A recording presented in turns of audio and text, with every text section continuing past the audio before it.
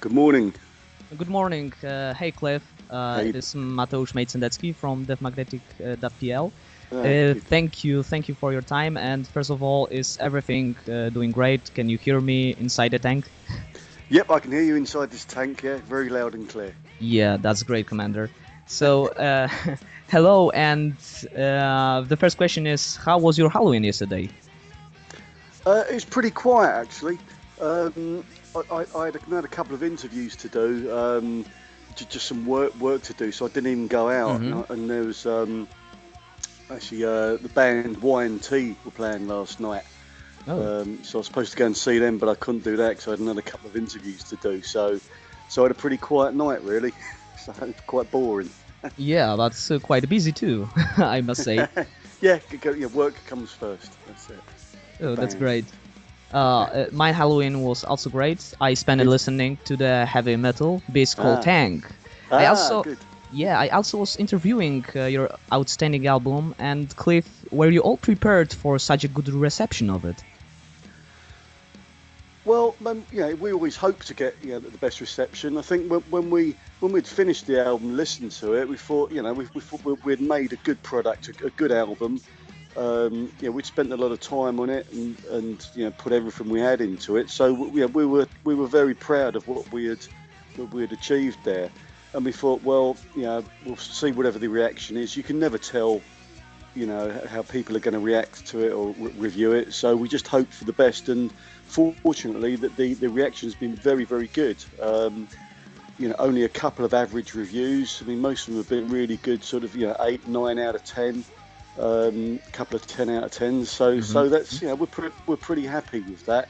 We feel we've put the time and the effort in and come up with a good album, which people are enjoying, which is what it's all about. Yeah, and it's all about heavy metal music, which Yeah, nowadays, Black Sabbath is finishing career. yeah, Lemmy have some health issues, and that's it. Gene Simmons from Kiss told last year, I believe, that the rock music is dead. And what would you say about condition of heavy metal nowadays after such a great album? Well, I mean, to us, heavy metal, we're fans of metal, and there's still stuff out there. I know with bands like saying with Motorhead, I mean that maybe they've got another year left in them. Once Lemmy's gone, that's it. Yeah.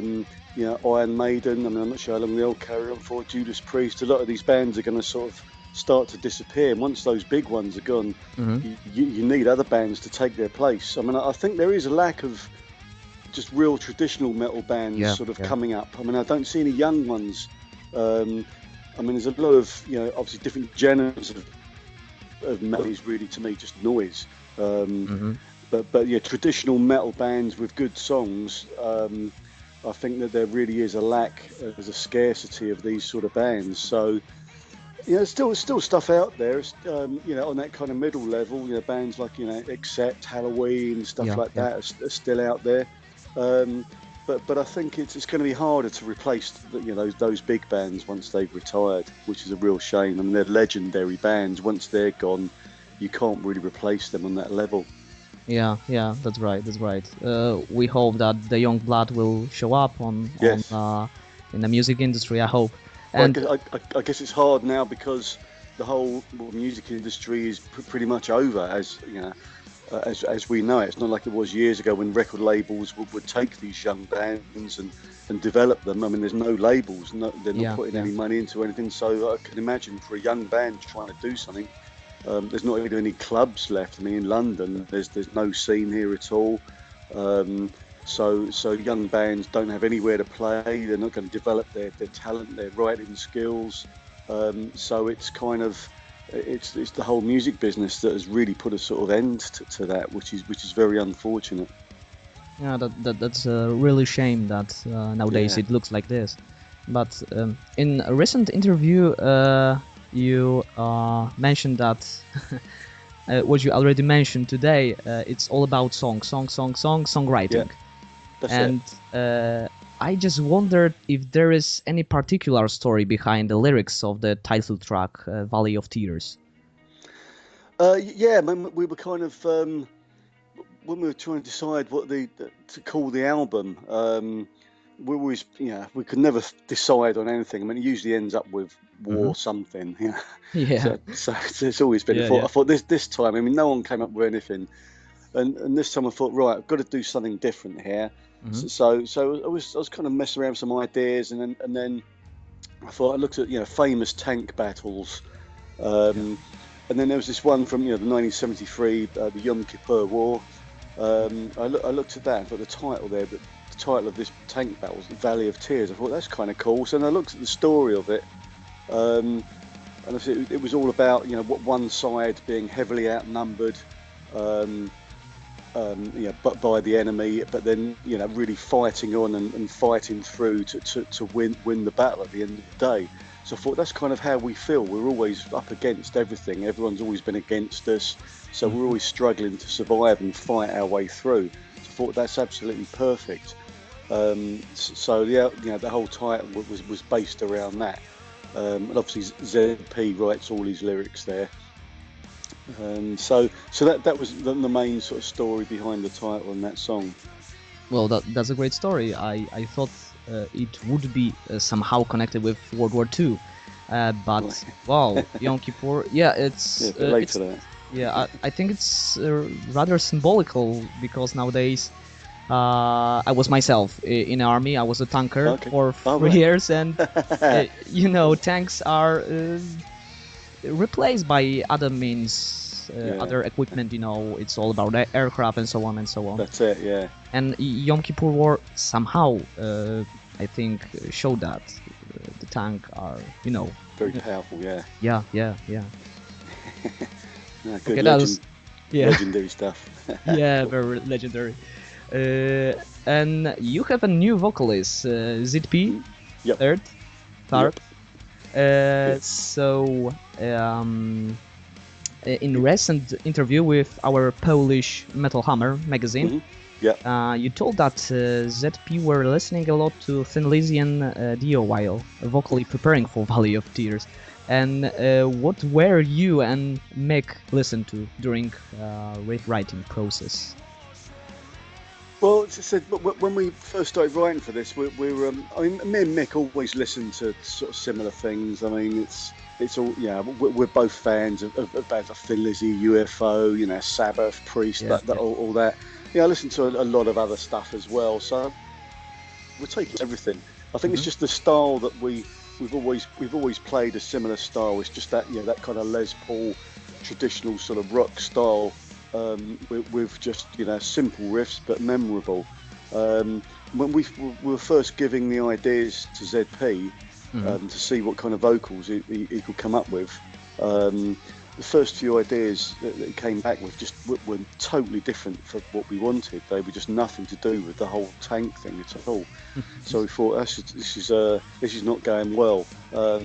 So then we thought, okay, we said go and listen to some Dio. Some stuff like that. Go and have a listen to these albums, and literally a couple of days later, he came back with all these amazing melody lines and vocal lines, and he'd just got it straight away. And just every song, just straight away, he's coming back with just great hook lines. So he really understood it then, and then it was just so easy to write with him. Great guy to work with, just works really hard all the time. So now the combination is pretty good. So we're quite excited about that, and it's very easy to work together. So it works out well. And we can directly hear it on the album. And I think, namely the atmosphere of the Valley of Tears, it's like golden age of heavy metal, which is directly striking you from the speakers. And I also heard a little bit of melancholy between the riffs. Do you guys miss old times? Yeah, I mean it's that's the kind of the era of rock we're from there. That the classic sort of 70s, 80s era there, and it's it's always in your blood. You never kind of lose it. Yeah. So there's a little bit of some of the old tank sort of vibe in there. I mean, this one we wanted to keep it pretty raw, in your face. I mean, it's the recording process for us is quite straightforward. I mean, there's hardly any overdubs on the guitars. It's just one guitar left, one guitar right, but just that big, powerful Les Paul and Marshall stack sound.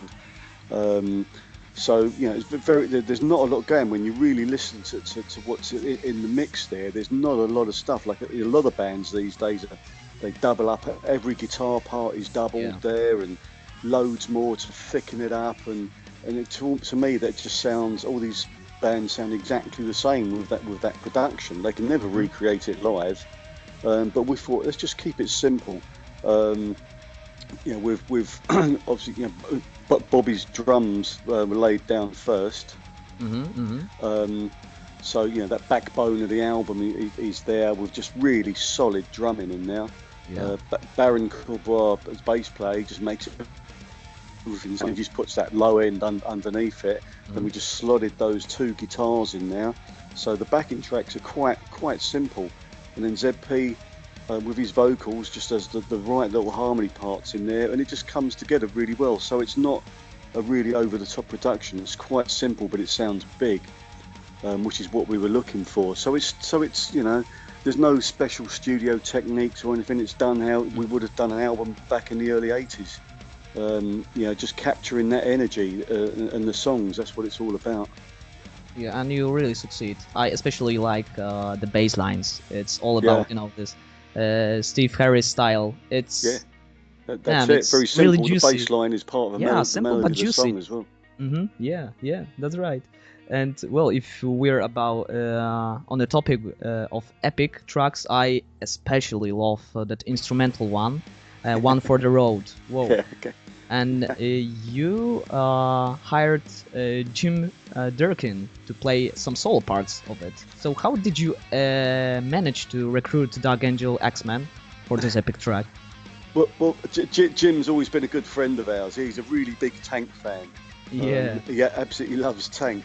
And we've always kept in touch with him. We met him first, I think it was the Keep It True festival in Germany about 5 years ago. He was playing there, and we were doing a couple of just guest appearances there, and we went drinking with Jim and drinking some beers and stuff. And we just became good friends with him, and I've kept in touch with him ever since. And he's always said he'd love to play on a Tank album, so we thought, right, okay, let's get him on there. That's simple. That was it. Just called him up, and I said, Jim, put down this. Sent him the rhythm track we had, and he's got his own studio, and he put down the guitar part there, and so he was really happy with that, and he did a good job. So it was a real pleasure to have him on there. Lovely guy. Yeah, and this track really kick ass. It's great to close such an epic album with instrumental. Yeah, because it's kind of weird. Not many bands do that. I think we did it on the last album. Mick loves his instrumental, so he's always got loads of these sort of tracks that he writes. So I guess that'll be a bit of a theme now on every album. It ends on an instrumental. Oh, that's a good news for me. I love instrumentals, especially yours. Okay. Good, thanks. So, Cliff, when we already mentioned the topic of somehow touring, where you hired Jim Durkin, so what about tour promoting the Valley, where you just must, visit Poland? Yeah, I mean, it's just the thing we love doing best is touring. That's what we're made to play live. That's when we're at our best, but it's so difficult to get out there and tour at the moment. On the right level. I mean, we've done so many little club tours, and it's quite difficult to do that. So we're just trying to get out on a bigger tour, possibly a bigger support tour, to promote this album. So because the reaction for the album's great, so a lot of people want to see us, but trying to get promoters to do it properly, and it's very, very difficult out there at the moment. There's so many bands touring, and the cost of doing it is getting higher.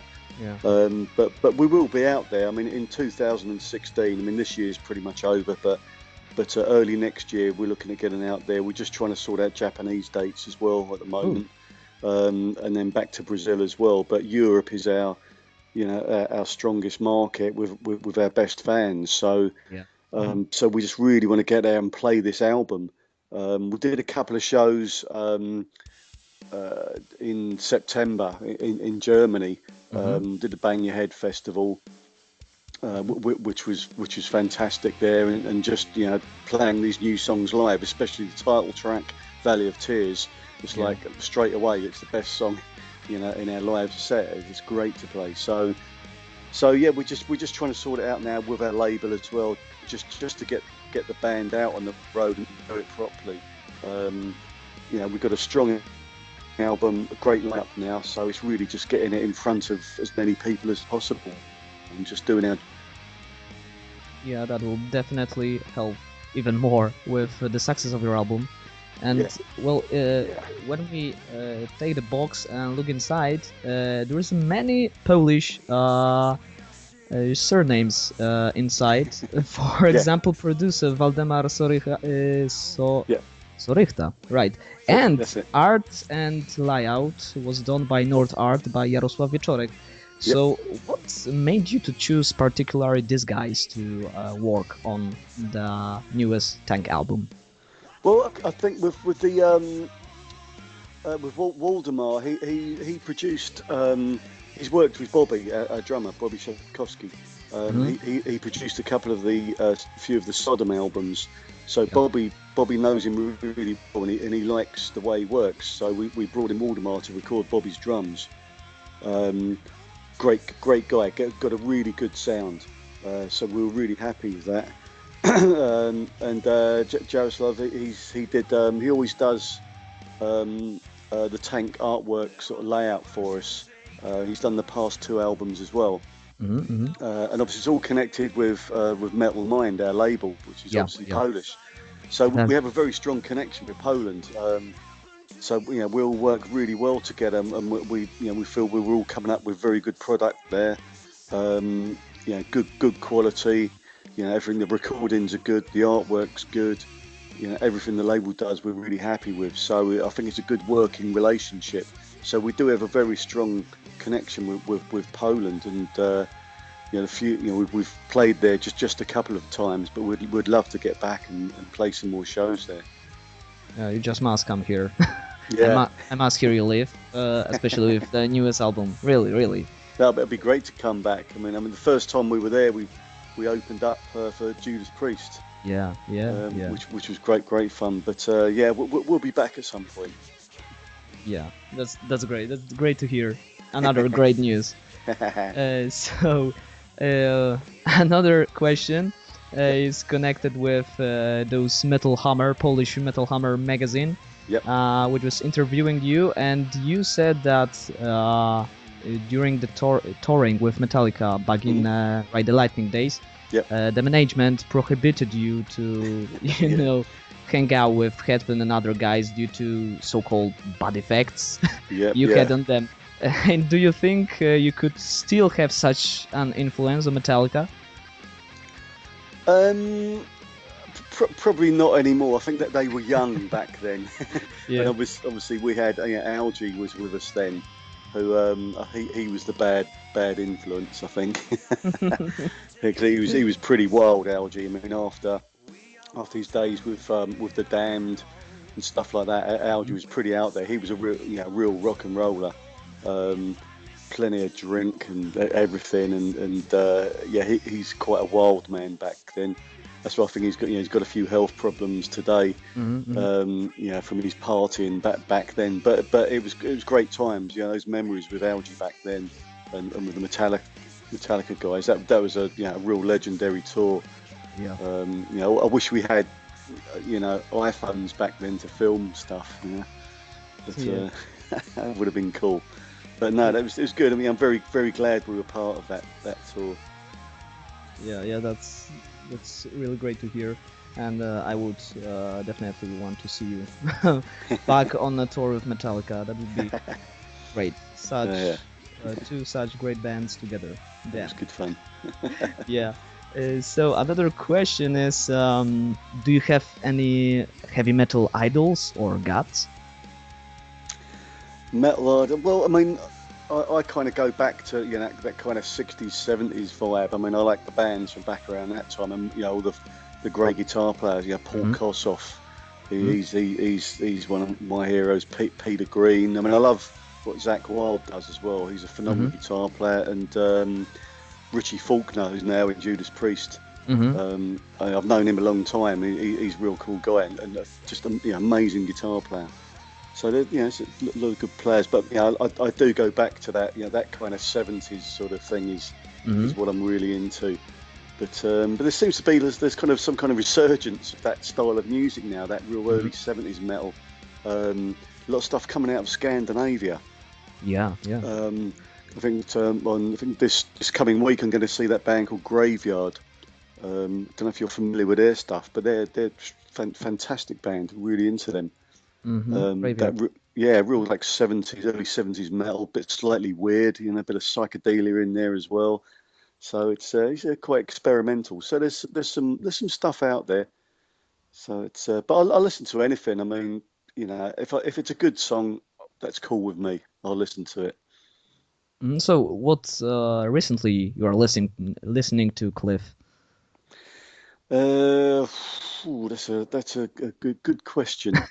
I go right across the board. I mean, all sorts of stuff. A lot of going back and listening to a lot of Uriah Heep and hearing what they're, because I've just seen a friend of mine, Dave, now plays bass with them. They've just come back from Russia, and they had Ken Hensley and Lee Kerslake back in the band, from the 70s lineup.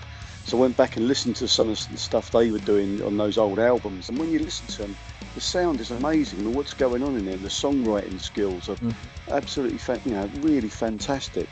So I was really getting off on that stuff. So I think I prefer to go back in time than forward. Yeah. But apparently the new one album I do want to hear is the new album from Last in Line. The Dio guys.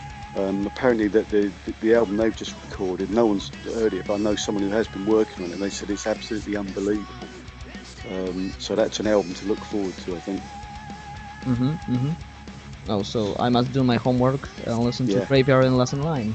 There you go. That's it. I ask about idols, and you must know that you and your Steel Beast are idols for divisions of metal heads here in Poland. Oh, right. And so the last question for you, Commander. The last words, of course, belongs to you. So what are the orders for the Deathmagnetic.pl soldiers and other heavy armored fans from Poland?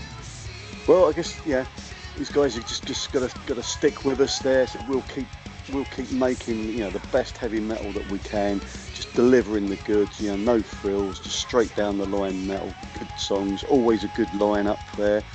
So we just want everyone's support all the way through there. Just listen to our stuff, come and see us when we play, and just give us all your support, and we'll continue to deliver just great metal to you. Sir, yes sir.